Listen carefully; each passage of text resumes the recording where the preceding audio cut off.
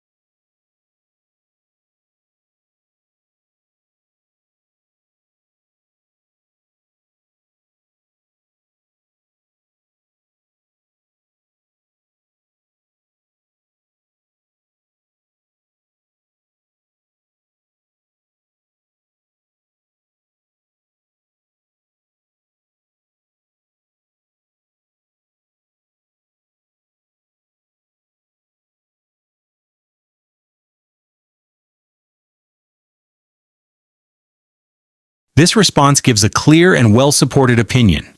If you need more time to read the answer, feel free to pause the video. The writer chooses option A and explains two main reasons: free access to exercise and making the park safer and more social. These are clearly explained in separate body paragraphs, such as helpful for older adults and friendly place for families. The introduction gives the choice right away, and the conclusion repeats it with a reason.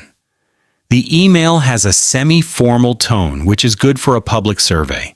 The language is clear and polite.